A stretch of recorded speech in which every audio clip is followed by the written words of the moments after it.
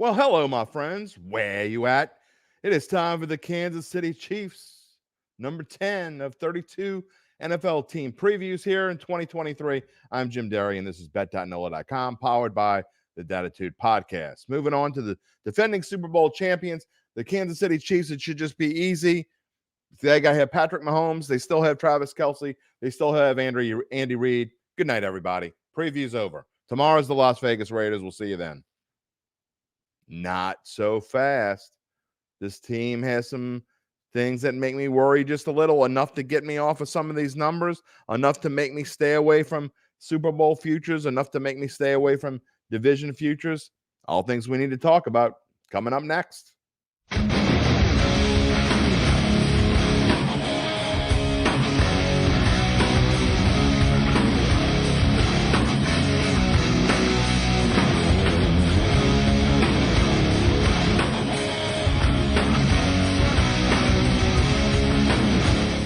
When you talk about the Chiefs, you have to talk about 2022 before we can talk about 2023. And of course, Patrick Mahomes was, Patrick Mahomes. Threw for 5,200 yards. He was not only the league MVP, but he was also the Super Bowl MVP, which is really hard to do in case you hadn't figured that out by now. They still have Andy Reid. We talked about this in his 11th season back with this team. It's hard to believe that he was with Philadelphia longer than he's with Kansas City. Is he going to make it another 3 years and equal that out? I'm not so sure. But look, as good as this team was last year, there were times when they were kind of weird, right? They weren't the number one seed really till the end of the season, and then Buffalo and Cincinnati had the postponement, and that kind of like sealed it for the Chiefs. But remember, they were talking about maybe playing the conference championship at a neutral site because if Buffalo did such and such or whatever, and that we never had to worry about it. Buffalo didn't even make it to the championship game. The Bengals did. It was Chiefs and Bengals anyway. They played it in KC, and the Chiefs won in a controversial finish. So my point of all this is, you think about who they lost to. Besides the fluke loss to the Colts, they lost to the Bills, and they lost to the Bengals, two of the top contenders in the AFC, both last year, both the year before that, and again this year. It never, to me, even in the Super Bowl, because they had to come back in that game, there were so many games last year where they just didn't feel like they didn't necessarily feel like their dominant selves. It worked out for them.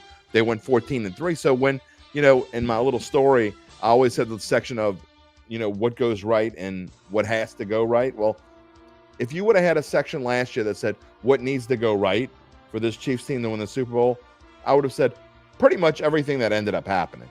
Because, look, we thought they would be a Super Bowl contender. We thought that the schedule would be tough. We were right about the schedule. We were wrong about them not getting the number one seed because we thought they would be better later in the year. And you look at who they lost and who they brought in, and you could see it right there. Top newcomers. Look, they went all out on the offensive line. Why? Because they lost offensive linemen. They lost their left tackle. They lost their right tackle, especially losing Orlando Brown hurts. Bringing in Donovan Smith is nice to replace Orlando Brown. And really, you talk about Taylor. Taylor's going to be a great fit at right tackle. He's actually an upgrade. But here are some of the things that make me a little bit nervous. When you lose a Juju Smith-Schuster, and I get it, they lost Tyreek Hill last year and it didn't matter. But you lose Juju Smith-Schuster and you lose Mecole Hardman, you're losing kind of like a chunks. And it's plural now. You're losing chunks of this offense. Is the cohesiveness going to be the same on the offensive line? Travis Kelce is entering a season where he's going to turn 34 in October. Remember Tony Gonzalez, who was the best tight end in the game before Travis Kelce? Well, this is the exact same age that he started to begin his descent to earth before he retired at age 37. I'm not saying Kelce's not going to be a big deal.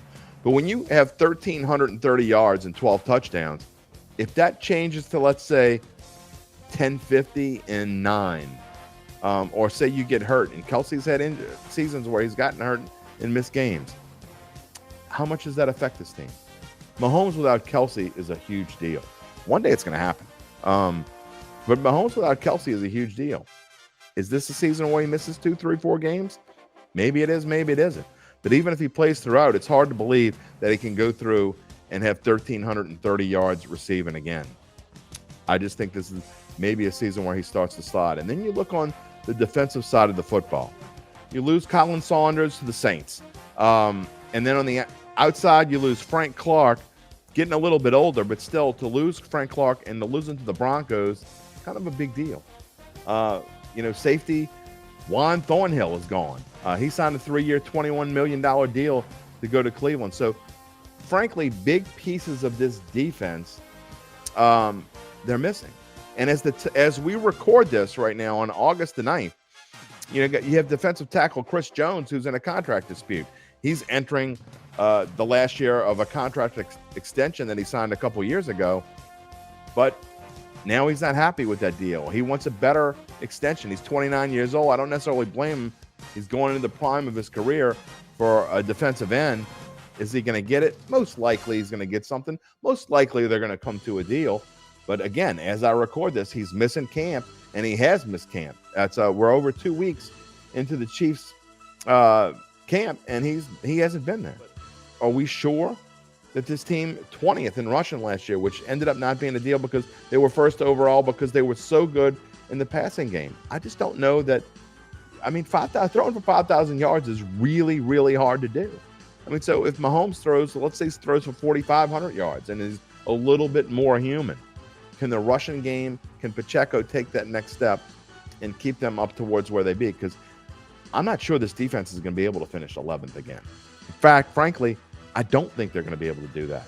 So you're talking about some issues that I don't know. It's not going to be nearly as easy. And winning 14 games again, I think it's probably a pipe dream for this team. Let's be realistic. Let's look at the schedule now and get into that. And again, last year when we talked about their schedule, it was kind of the thing that held us from just going gung-ho early on for the Chiefs. This year, I definitely don't feel the same way as I felt last year. Last year, that first part of the schedule, all the way really through the first half of the schedule, was just front-loaded and just insanely tough. This year, although it says third toughest schedule, and remember, we use a formula based off of the projected wins and losses from Caesars Sportsbook to figure out our toughest schedule. That number says third, but if you look, to me, it doesn't start like a third toughest schedule at all. You could say whatever you want about Detroit, but at home to start the season, against as they unveil the banners and everything else, no, Kansas City's going to win that game. I don't know what the spread's going to be. You can ask me that question in a month or so, or I guess less than a month, but whatever. They're not losing that game. And then at Jacksonville, playing Chicago at home. At the Jets is going to be an interesting game. At Minnesota is going to be an interesting game as well. And then Denver at home, Chargers, and at Denver again.